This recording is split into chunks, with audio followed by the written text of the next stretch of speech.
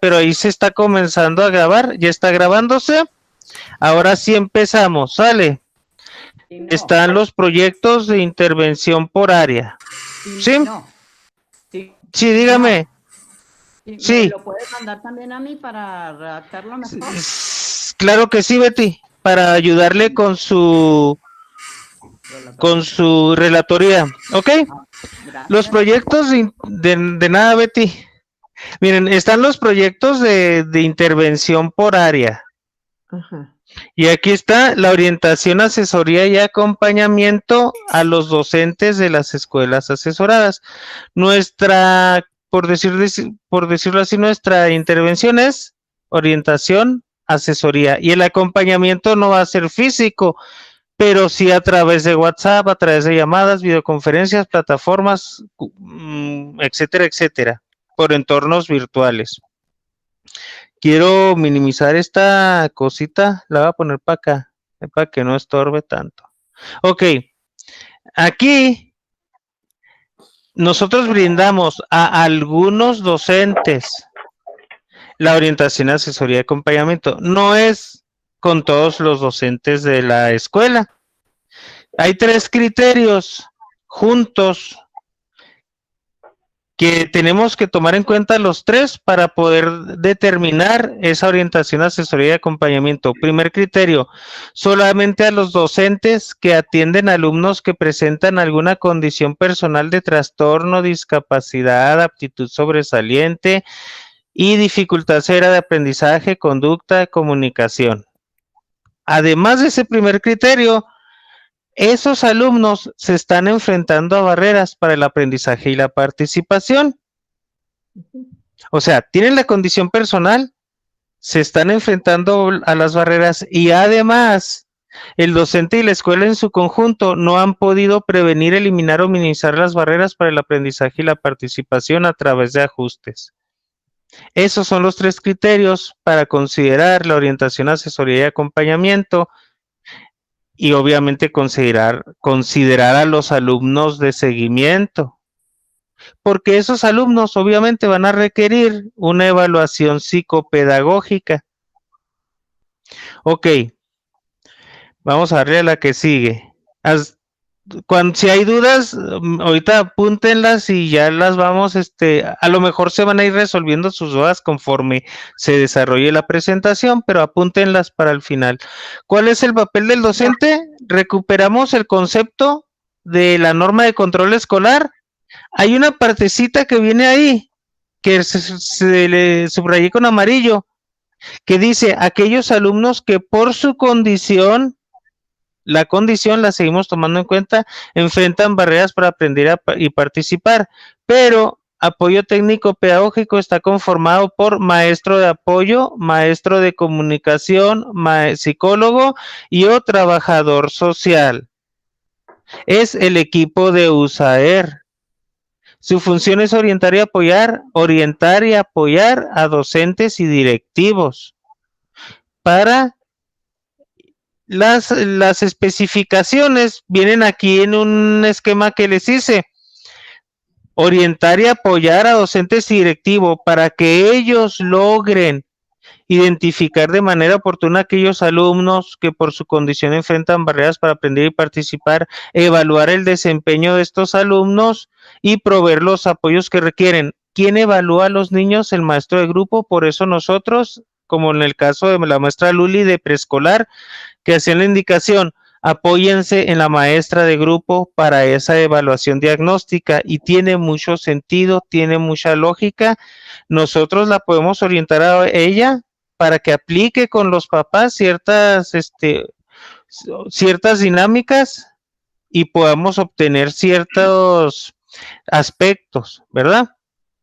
Entonces no vamos a andar atosigando a los papás, que el área de psicología con formatitos, que el área de comunicación con formatitos, que el área de aprendizaje con formatos y el papá todo atosigado de expedientes, ¿no? Aquí es con el docente de grupo ve las formas de recabar cierta información relevante y entonces sí, en esa comunicación con el docente de grupo es como obtenemos esa orientación. ¿Por qué?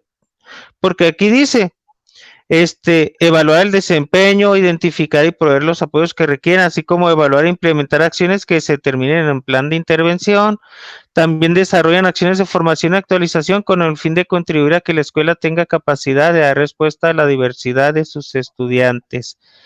Las acciones de formación y actualización también las podemos nosotros establecer como acciones con los maestros, como webinars, grupos en Zoom, etcétera, donde capacitamos o formamos al docente o lo actualizamos sobre algunos aspectos de nuestra intervención. Eso también lo pueden hacer psicólogos, trabajadores sociales, maestros de apoyo, ¿sí? En sus proyectos de intervención es totalmente válido trabajar de esta manera para seguir apoyando a los docentes.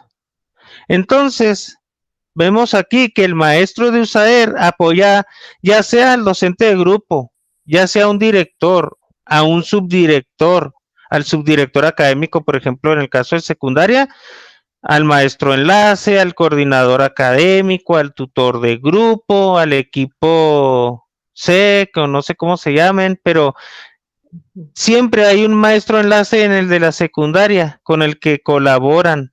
Sí, no pueden estar con todos los 30, 40, 50 docentes de cada materia. Y otra cosa, obviamente, es con algunos alumnos. La orientación es en relación a los alumnos de seguimiento, no es con todos los alumnos. ¿Cuáles alumnos? Los que por su condición se están enfrentando a las barreras y no les han podido eliminar sus barreras para el aprendizaje y la participación. Son los alumnos del docente asesorado. El docente de secundaria puede tener 300 alumnos y la asesoría no va a ir en relación a esos 300 alumnos. Puede tener 30 alumnos en un grupo y la orientación no va a ir en relación a 30 alumnos, va a ir en función de los alumnos de seguimiento. En esa función va la asesoría, la orientación y el acompañamiento al docente. Y es la orientación, asesoría y acompañamiento con respecto a las 4 prácticas inclusivas que el docente tiene a bien realizar en su trabajo diario cotidiano, es decir, eliminación de VAPS. Eso le corresponde a los docentes. Eliminación de barreras, ¿de quién? Pues de algunos alumnos que las están presentando, que se están enfrentando a ellas. ¿Y por qué se enfrentan a ellas? Pues por una condición que tienen. El uso de apoyos para esos alumnos. Y esos apoyos se van a incorporar al diseño al DUA, que es para todos. Lo que es para algunos se incorpora a lo que es para todos y de esta manera se realiza la inclusión, por eso es inclusión. Se incluyen los apoyos de algunos en lo que es para todos. Y posteriormente, para no dejar más huecos o recovecos, se hacen ajustes razonables a ese diseño universal para el aprendizaje. Entonces, es en función de esas 4 prácticas inclusivas, sin dejar de ver el objetivo que son los alumnos de seguimiento, que vayan superando esas barreras, que se les ofrezcan los apoyos, que se incorporen las actividades para ellos en el DUA y que se le hagan ajustes razonables a ellos, ¿sí? Entonces, esto es para que los docentes brinden una atención de excelencia tanto a los alumnos de seguimiento como al resto de sus alumnos, ¿sí? Muy bien, vamos a la que sigue. La inclusión, y por ley, esto está por ley, toma en cuenta 3 aspectos, los cuales se retoman en un informe de evaluación psicopedagógica: las circunstancias del alumno, las necesidades del alumno y las capacidades del alumno. Por ley, en las características del sistema educativo, cuando dicen, en el párrafo 2, cuando dicen, será inclusivo, cuando dicen, no sé qué párrafo es, pero cuando dicen, será inclusivo el sistema educativo, y luego ahí dice que toman en cuenta las circunstancias, las necesidades y las capacidades, en el artículo 3. Esto de las circunstancias, las necesidades y las capacidades se retoman en un informe de evaluación psicopedagógica. ¿sí? Ahorita lo vamos a ver más adelante. La relación entre cada una de estas características. Primero que nada, la palabra circunstancia tiene dos acepciones. ¿Ven que dicen? Tomar en cuenta las circunstancias. Ok, vamos a ver. La primera acepción es una condición o característica no esencial de tiempo, lugar, modo, etcétera, que rodea a una persona o cosa y que influye en ellas o en hechos relacionados con ellas. ¿Cuáles son las circunstancias de ese alumno? ¿Sí? ¿Qué le rodea al alumno que está influyendo en él o en hechos relacionados con él? La segunda acepción de la palabra circunstancia es el estado o condición de una persona o cosa en un momento determinado. El estado o condición, pues son las condiciones personales, la discapacidad, la dificultad de hacer aprendizaje, conducta, comunicación, aptitud sobresaliente, ¿sí? O algún trastorno que el alumno tenga. Entonces, está la primera acepción, la condición no esencial, y podríamos decir, pues en clase les dan a los alumnos libros comunes, ok, esa es una condición no esencial. Hasta el momento no hay ninguna barrera, son libros, los niños están leyendo libros, entonces, pero hasta que tomamos en cuenta la segunda acepción, que es la condición personal, el alumno tiene ceguera. Ahí es cuando ya toma en cuenta o empezamos a construir el concepto de barrera o la noción de barrera. Las barreras tienen su razón de ser por la condición personal del alumno. ¿Sí? Una barrera tiene razón de ser. Sí, Karina. Qué bueno que has unido, Karina. Otra vez. Es que esta cosa saca, lo saca a cada rato. No podía batallar mucho, pero ya estoy aquí. Sí, entonces lo bueno que se está grabando esto. Entonces, la condición no esencial por sí misma no es una barrera, pero sí tiene mucha relación con las barreras. Y el estado condición, que es la segunda acepción de la palabra circunstancia, se toma en cuenta para entonces sí empezar a considerar si algo corresponde a una barrera o no. Para que algo sea considerado barrera, tenemos que tomar en cuenta la condición personal del alumno. No estamos diciendo que la condición personal sea una barrera, que de hecho no lo es. ¿Sí? Es cierto que las condiciones no esenciales por sí mismas tampoco implican una barrera. En esa interacción entre las condiciones personales con las condiciones no esenciales es cuando nosotros empezamos a considerar que algo puede ser una barrera. Entonces, las circunstancias del alumno, tomamos en cuenta las condiciones personales, que es trastornos, discapacidades, aptitudes sobresalientes, dificultades severas de aprendizaje, conducta y comunicación. En conjunto con las condiciones no esenciales, entonces empezamos a ver que hay ciertos obstáculos al aprendizaje y la participación. Un libro común no implicaba ninguna barrera hasta que llega un alumno con ceguera y entonces no puede acceder a ese libro. Y empezamos a construir el concepto de barrera para el aprendizaje y la participación. No estamos diciendo que ese libro sea una barrera, porque si el libro fuera una barrera, quemen los libros, destruyanlos y ya eliminamos las barreras. Pero no, sería ilógico. Entonces, no estamos diciendo que el alumno sea barrera, que eliminen al alumno y eliminamos la barrera. No. La barrera es que el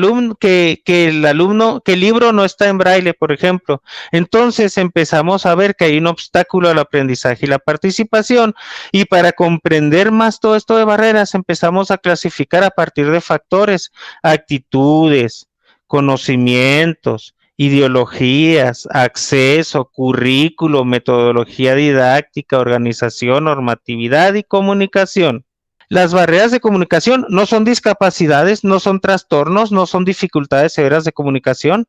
Esas son condiciones personales. Las barreras de comunicación que les propongo son de otras autoras que tienen que ver con la comunicación asertiva, con la retroalimentación positiva, con el feedback, con los espacios de comunicación. que es otro rollo muy diferente a una condición personal, porque las condiciones personales no son barreras, ¿sí? Ok. La segunda palabra que vimos, primero vimos que eran circunstancias, condiciones esenciales y condiciones o personales y condiciones no esenciales de tiempo, lugar y modo que influyen en las personas o en hechos relacionados con ellas. En esa interacción descubrimos que hay barreras, construimos, analizamos que hay barreras. Ok. Las necesidades educativas del alumno, y la palabra necesidad está en la Constitución, surgen de la dinámica que se establece entre las características personales y ahora sí, las barreras u obstáculos. Seguimos tomando en cuenta la condición personal, pero ahora desde una perspectiva, ahora sí contrastada con una barrera. El alumno no puede acceder a ese libro. Entonces, ¿qué necesitamos? ¿Qué te parece si le damos libros en braille? Pero el niño necesita aprender braille. Bueno, ¿qué te parece si hacemos un programa, un libro digital donde le lee el libro al alumno, para que el alumno escuche lo que están ahí diciendo? Entonces, esos ya son necesidades traducidas en la segunda práctica inclusiva, que es uso de apoyos y recursos específicos, y en la cuarta práctica inclusiva, que son los ajustes razonables al diseño universal. Ajuste razonable es un ajuste razonable al DUA, ¿sí? Entonces, las necesidades toman en cuenta desde el punto 2 que les empezamos a dar a tratarlas de solventar con apoyos y recursos, a dar esa respuesta con apoyos y recursos, las podemos seguir tomando en cuenta, tratándolas de solventar en un diseño universal para el aprendizaje, y aún así todavía podemos seguirlas solventando desde un ajuste razonable a ese diseño universal. Estas son las 4 prácticas inclusivas con las que estamos orientando, asesorando y acompañando a los docentes. Ahora bien, para que quede más claro, díganme reiterativo. Yo prefiero que me digan, Tino, ¿cómo eres reiterativo? Porque eso indica que sí comprendieron la idea, pero a veces se nos dificulta de una manera y la explicamos la idea de otra manera. Entonces, tómenlo, si ya entendieron, si se les hace reiterativo, tómenlo como retroalimentación. Esta foto es de una amiga, Mónica Lechuga Gómez. Estaban en un proyecto del Teletón, pero aquí hay algo muy, muy interesante. Se está haciendo ver. Yo le agregué las letritas y los títulos a la foto. La condición personal de discapacidad, en esa interacción con la barrera, si se fijan, las barreras no son condiciones personales. Las barreras no es otra forma de llamarle a una condición personal, son cosas diferentes. No es de que antes eran condiciones personales y ahora se van a llamar barreras, no. Son cosas totalmente diferentes que interactúan y están relacionadas. Entonces, la condición personal en este caso de discapacidad, en interacción con una barrera, en este caso de acceso, que es el factor acceso, en esa interacción surge una necesidad.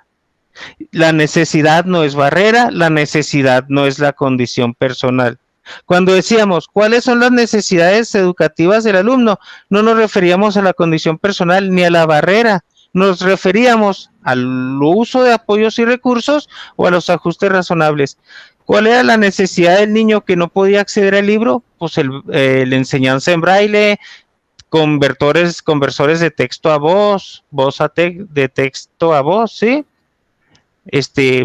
Imágenes en relieve para la comprensión, una persona, un recurso humano que le explicara y que le pusiera objetos que él palpara para poder entender más las ideas y los conceptos. Entonces, todos esos son necesidades, todos los apoyos y recursos, todos los ajustes razonables al diseño universal son necesidades. Las necesidades se traducen en apoyos. Se traducen las necesidades en la práctica inclusiva 2 y en la práctica inclusiva 4.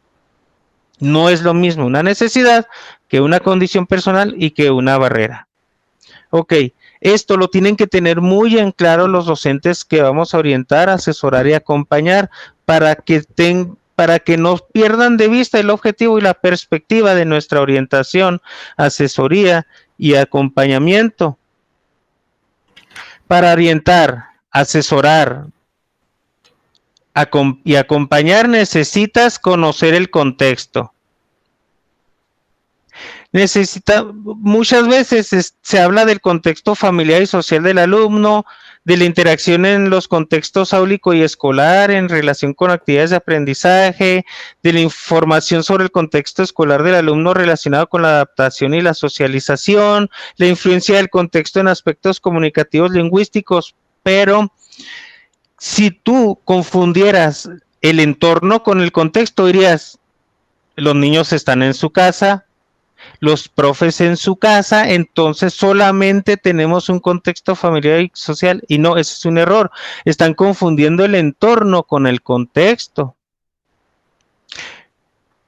Ahorita vamos a ver más adelante. Por ejemplo, eso de la relación de las actividades de enseñanza y aprendizaje, ¿cuál es el área más idónea para rescatar eso? ¿Alguien que quiera opinar y destapar su micro?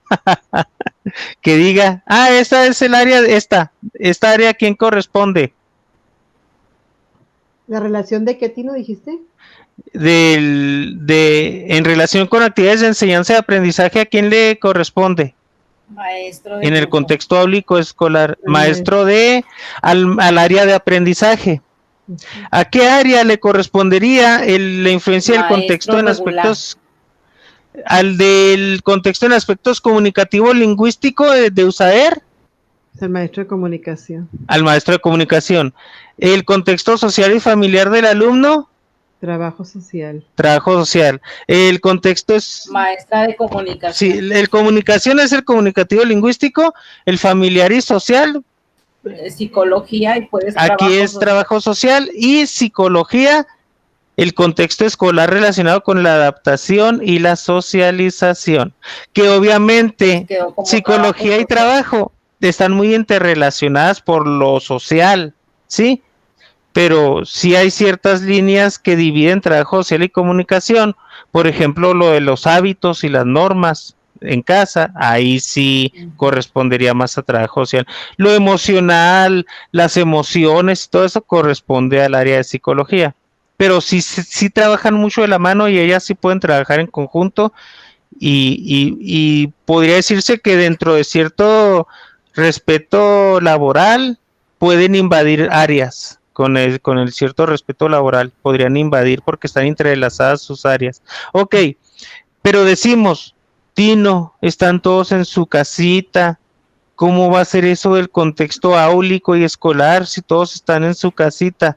Pues bueno, hay que diferenciar aquí, y tenemos que ser enfáticos en seguir diferenciando entre contexto y entorno. El entorno puede ser virtual, podemos tener entornos virtuales. O sea, el contexto y entorno manejan factores los dos.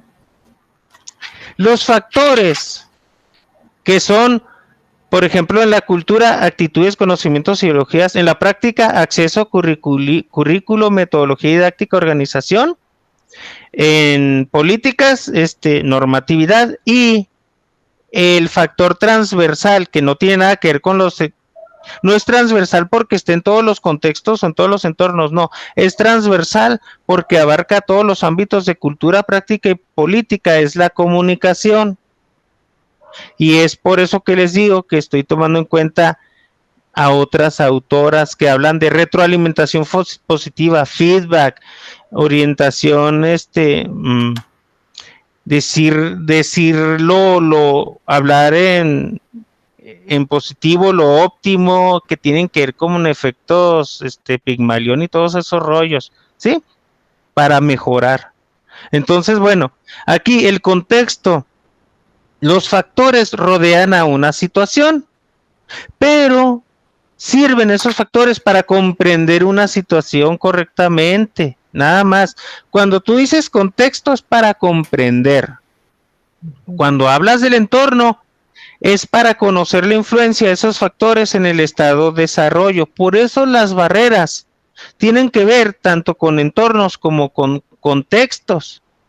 Y las barreras, cuando las analizan a partir de contextos para comprender, los contextos pueden ser a nivel personal, a nivel áulico, a nivel escolar, a nivel familiar y a nivel social. Por lo regular, el contexto personal se da desde un enfoque terapéutico, desde cómo la persona se está enfrentando a ella, las barreras, etcétera, etcétera, pero es un enfoque terapéutico, ¿sí? Desde el enfoque de la escuela, tenemos 3 contextos: el áulico, el escolar y el sociofamiliar. Pero todos están en su casa, Tino. Claro, el contexto áulico puede darse en un entorno virtual, en una plataforma Zoom. Se puede dar un contexto áulico. En esa plataforma del contexto áulico tú puedes ver aspectos de metodología, puedes ver aspectos de currículo, aspectos de organización de acceso, ¿sí? O sea, los entornos siguen estando. El entorno escolar se puede dar en un entorno virtual, no necesariamente en un espacio físico, en un blog de la zona, en un blog de la escuela, en una plataforma de la escuela, en unas videoconferencias o videollamadas de la escuela, en grupos de la escuela digitales, grupos de WhatsApp, grupos de Facebook, grupos de Edmodo, las plataformas que ustedes quieran, ¿sí? Hasta en los chats. Entonces los contextos se pueden dar en entornos virtuales y obviamente, como tradicionalmente nosotros los manejamos, en entornos físicos. Y habíamos dicho desde el año pasado, el entorno puede ser el parque, el patio, las aulas, las canchas, puede ser el comedor, puede ser la biblioteca. Sí, ese es el entorno en espacio físico. Obviamente, con esta situación de pandemia, el entorno se ha hecho virtual, pero los contextos siguen siendo áulico, escolar y sociofamiliar, porque los contextos son factores que rodean situaciones a nivel áulico, situaciones a nivel escolar y situaciones a nivel sociofamiliar. Las situaciones a nivel personal se dan en un enfoque terapéutico. Podría aplicar en un centro de atención múltiple, pero no es nuestro caso porque en nuestra zona no tenemos centros de atención múltiple, no tenemos CAMs. Como no tenemos CAM, no tenemos centros de atención múltiple, el contexto personal pues no lo consideramos. Consideramos el áulico, el escolar y el sociofamiliar. ¿Sale?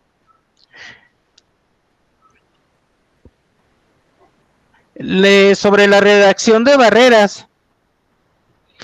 La redacción de una barrera puede ser la misma para todos los alumnos que se enfrenten a ella.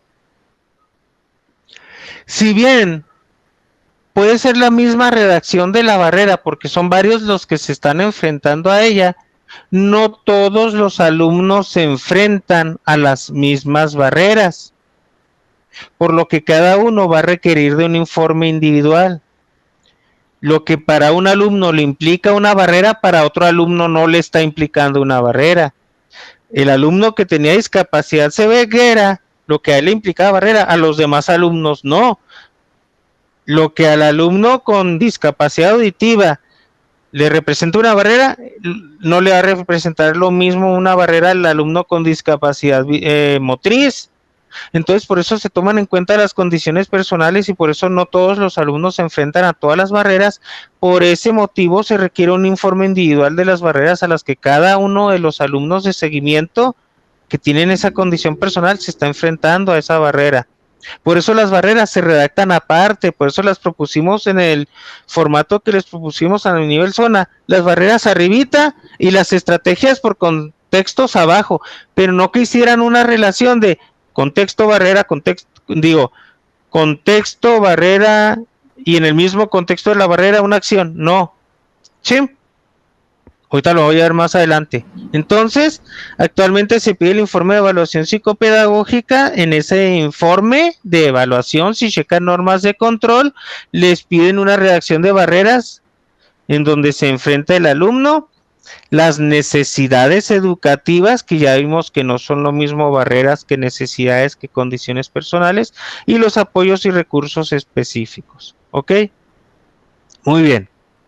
Sobre la redacción de barreras, ahí tienen en el formato y va a estar hiperenlazado cuando les pase la presentación, ya va a estar hiperenlazado. Si ven ahí la manita, se puso en la esquina inferior izquierda el link donde está el documento de las barreras redactadas en positivo.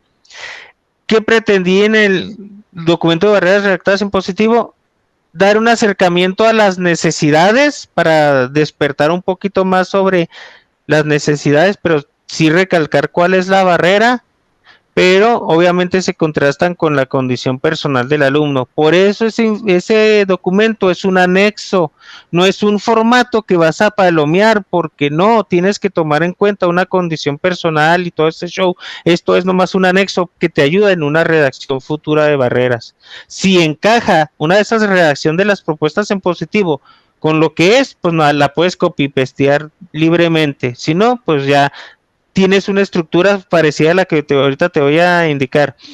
Para eso se recomienda la redacción en barreras en positivo. Se escribe la redacción de la barrera en positivo, que es esta parte, y tú le puedes agregar para prevenir una barrera que implica, y ya la mencionas aquí, ¿sí? La barrera en positivo, para prevenir una barrera que implica, por ejemplo, etiquetar o clasificar o apatía, segregar, qué sé yo. Y hasta puedes mencionar el contexto, en el contexto áulico, en el contexto escolar o en el contexto sociofamiliar. Por ejemplo, proponer actividades con menor nivel de dificultad para aquellos alumnos que les implica un reto alcanzable para prevenir una barrera que implica, bueno, pues ahí le puedes corregir esta redacción. Un currículo homogéneo para que no sea pleonasmo reiterativo esto. En el contexto áulico, pero también le puedes meter aquí el numerito, el numeral de la barrera, 1.5, por ejemplo, era el menoscabo, o 1.6 era sobreprotección. Entonces, cuando te familiarizas con estos numerales, ya le puedes poner al inicio y ya sabes que es el 5. El 5 significa el currículo, y el currículo es una barrera del ámbito de la práctica. Entonces, en ese sentido, los puntos 1, 2 y 3 son cultura. 4, 5, 6 y 7, práctica. 8, política. 9, comunicación. Pero bueno, eso es nomás para facilitar un poco la vida. Pero si usen el instrumento, que les va a facilitar más todavía. Es recomendable que las barreras estén redactadas en un apartado separado de las estrategias. Si bien las barreras se presentan en un contexto determinado, no es necesario que las acciones encaminadas a prevenirlas, eliminarlas o minimizarlas se realicen en dicho contexto. Es decir, si la barrera se presentó en el contexto áulico, no necesariamente en el contexto áulico vas a intervenir, o si se presenta en el sociofamiliar, pues no nada más en el sociofamiliar. Puedes presentar una acción en el contexto escolar para eliminar una barrera en el contexto sociofamiliar.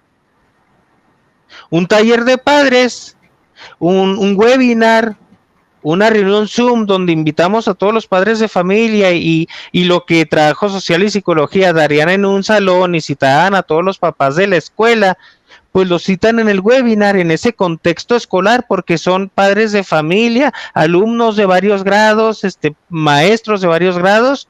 En ese contexto escolar realizas el taller de padres para fortalecer las virtudes desde el desarrollo neurobiológico, y entonces es una acción en el contexto escolar que está repercutiendo en una barrera que se detectó en un contexto sociofamiliar. O por el contrario, puedes presentar una barrera en el contexto áulico, un niño que sufrió bullying en ese entorno virtual, en esa plataforma de Zoom, sufrió bullying, y las acciones para eliminar esa barrera, tú las puedes proponer desde el contexto sociofamiliar, canalizaciones a un psicoterapeuta o pláticas con padres de familia, no necesariamente en el aula, no necesariamente que hay. Voy a plantear una dinámica en el Zoom para eliminar la barrera de actitud que se generó en esa plataforma de Zoom, no. O sea, por eso no es recomendable contexto, la barrera y luego contexto, barrera, contexto, acción, contexto, barrera, contexto, acción. No, las barreras, independientemente de los contextos donde se hayan detectado, las redactas arriba, las pones en la parte de arriba y ya en la parte de abajo, ya puedes, por contextos, ahora sí. En este contexto áulico puedo eliminar una barrera que se detectó en el familiar, en el escolar, etcétera. En el contexto tal y tal y tal, detecto una barrera que se detectó en otro contexto. Entonces, quítense esa idea de otorgarle a fuerzas acciones en el contexto donde las barreras se están presentando. Por esa razón, las barreras no las clasificamos por contextos. Se clasifican por factores.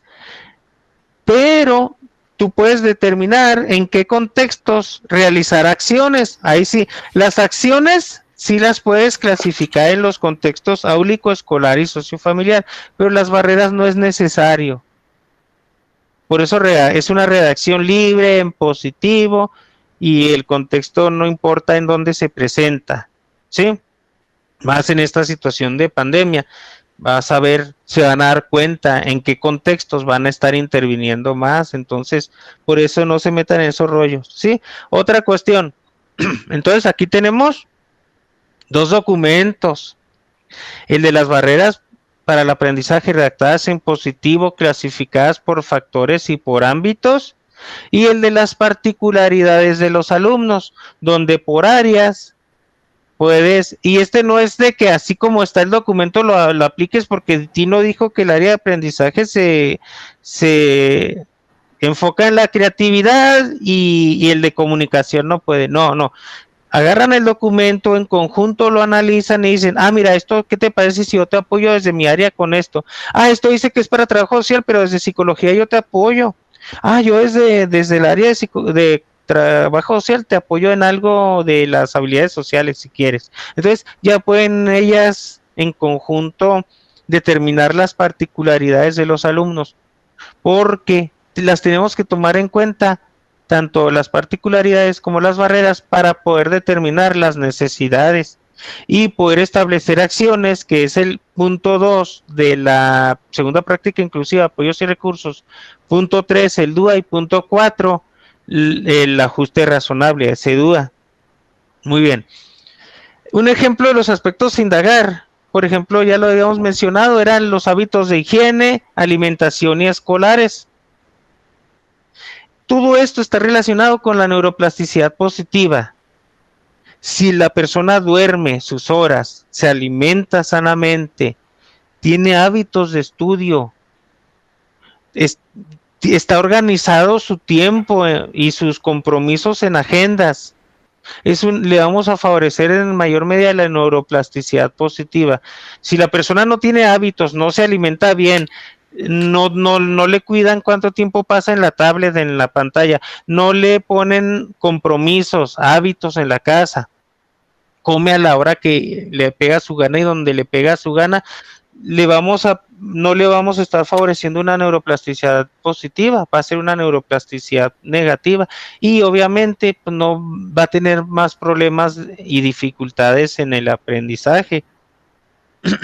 Entonces, esto es un ejemplo para que vean cómo desde el área de la importancia del área de trabajo social, que a veces desde otras áreas no se valoran, ¿sí? Y eso está en el documento de las especificaciones, ¿cómo se llama el documento, primo? Particularidades de los alumnos y su relación con las necesidades específicas. ¿Sí? Ahí está. Obviamente, ¿por qué esto de las particularidades del alumno, profe? ¿Por qué, Tino? Porque el otro aspecto que mencionaba la Constitución, ya vimos las circunstancias, ya vimos las necesidades, es el de las capacidades. Nosotros tenemos que considerar las capacidades del alumno. Es decir, aprendizajes adquiridos, nivel de desempeño con respecto a la media grupal, estilos y ritmos de aprendizaje, nivel de competencia curricular, aspectos emocionales, aspectos intelectuales, aspectos cognitivos. ¿A qué le suena esto? Son capacidades. Esas capacidades, aspectos motrices, déjenme ver esta cosa, para que no ande estorbosa. Intereses, hábitos, virtudes, todo eso que regularmente se rescata en la evaluación psicopedagógica, que se rescata en las evaluaciones de las áreas, nos va a ayudar para realizar la práctica inclusiva 3, el diseño universal para el aprendizaje. Entonces, no podemos decir que ya la evaluación psicopedagógica no es inclusiva y que no tiene razón de ser. No. A lo mucho un formatucho todo gacho donde llenaban y vaciaban información, pues a lo mejor eso sí no tiene razón de ser. Pero si un informe de área donde rescaten las capacidades del alumno, sus necesidades específicas, sus barreras, y de esta manera poder realizar las 4 prácticas inclusivas. Entonces, aquí obviamente es ponernos de acuerdo entre las áreas, ponernos de acuerdo sobre de qué manera podemos obtener esta información. La podemos obtener de evaluaciones pasadas, algunas actualizaciones de la comunicación estrecha con el docente de grupo y con los padres de familia desde una estrategia común en conjunto para no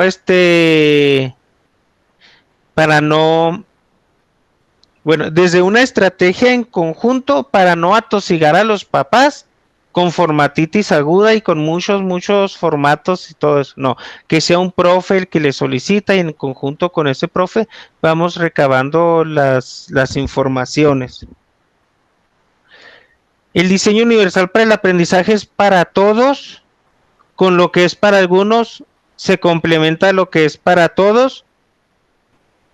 El DUA requiere de una evaluación psicopedagógica porque en él se incluyen las estrategias de los alumnos de seguimiento. Necesitamos de la evaluación psicopedagógica para poder establecer las acciones. Sin la evaluación de las necesidades, las circunstancias y las capacidades del alumno, no vamos a poder llevar una orientación, asesoría y acompañamiento de calidad, y los profes no van a poder desarrollar sus 4 prácticas inclusivas desde la excelencia. No sé quién tenga ahí un micrófono deshabilitado habilitado para que lo silencie, porfa, para que no intervenga un ruido ahí que se está oyendo. La función de orientación, asesoría y acompañamiento sea más o menos en este esquema. Puede ser un esquema propuesto, si se les ocurre una mejor forma, se puede replantear, pero es lo menos que se trate de atosigar a un docente o a los padres de familia. Nosotros, Psicología, Trabajo Social y Comunicación, en conjunto con el área de aprendizaje, tenemos que trabajar y tenemos que valorar las barreras y tenemos que valorar esas cuestiones. Si hay alguna información que necesitamos actualizar, que sea una persona la que se comunique con el docente de grupo y no 4 profes que lo estén atosigando, y mucho menos 4 áreas y aparte el docente de grupo atosigando a una madre de familia con instrumentos que ella no tiene la capacidad de llenar porque son hasta conceptos y palabras que ella ni conoce, hasta se va a soltar llorando con, ay, ¿eso qué? Entonces no, vamos a tratar de tener una comunicación estrecha con el docente de grupo, que estemos en la misma sintonía de manera precisa, clara y concisa. Si hay una estrategia por parte de psicología con los padres de familia de ese alumno, comunicarle al docente de grupo, oye, el área de psicología va a hacer un grupo de WhatsApp, va a incluir a los papás, le va a dar estas dinámicas para favorecer eliminar estas barreras, para favorecer estas cuestiones, para darle este tipo de apoyos y recursos al alumno. Entonces, la comunicación tiene que ser con el docente de grupo o el docente de enlace o el subdirector académico de la secundaria o el subdirector de la primaria, pero sí con un maestro que sirva de enlace. Y obviamente no es con todos los docentes ni con respecto a todos los alumnos o situaciones de los alumnos que si bien son primordiales, escapan de nuestro ámbito, que ya corresponderían más a un ámbito de una psicoterapia y cuestiones de esas. Para eso hay otras organizaciones e instituciones con las que nos podemos apoyar, pero no asumir nosotros esas responsabilidades más que las que nos corresponden. Alumnos que presentan discapacidad, aptitud sobresaliente, algún trastorno y alguna dificultad de aprendizaje, conducta y comunicación, que se están enfrentando a las barreras y que con lo que está haciendo la escuela y el docente y los directivos, pues no se están eliminando, ni minimizando, ni previniendo, ¿sí? Hasta aquí es la participación de esta primera parte y ahí les dejé los enlaces de los dos documentos que hemos visto desde el año pasado.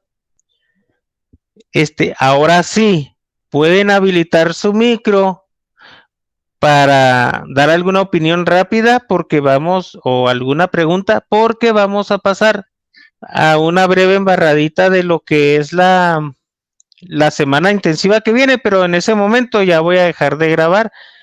Nada más la grabación era de esta partecita de los materiales. ¿Quieren que deje de grabar o grabo todavía las preguntas que van a hacer?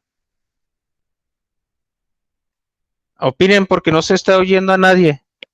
Si no, si puedes grabar también las preguntas. Ya puedes dejar de grabar, Tino. Ok, ya dejo de grabar entonces, ¿verdad?